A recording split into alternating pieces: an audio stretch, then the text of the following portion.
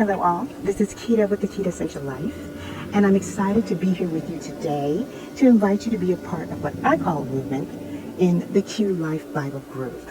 I'm the founder of this group, and there's just a small handful of us that read the Word of God together via the YouVersion Bible app. I am an official YouVersion influencer.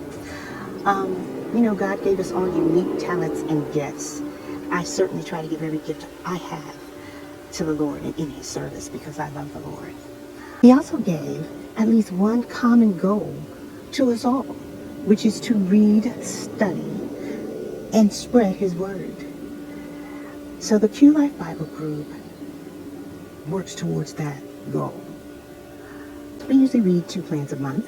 What's great about this is that we can interact at our own pace and share our thoughts for the day's reading through the Talk It Over feature that's in the YouVersion Bible app. I love that feature. I plan soon to have Zoom calls that will discuss the reading plans and have dedicated prayer requests, and hoping that that's something that you would enjoy. Join us. There's no cost and there's no strings. Go to my blog, www.quitassentiallife.com, and click on the Bible tab. That's www.QuitaSsential, another L, IFE.com.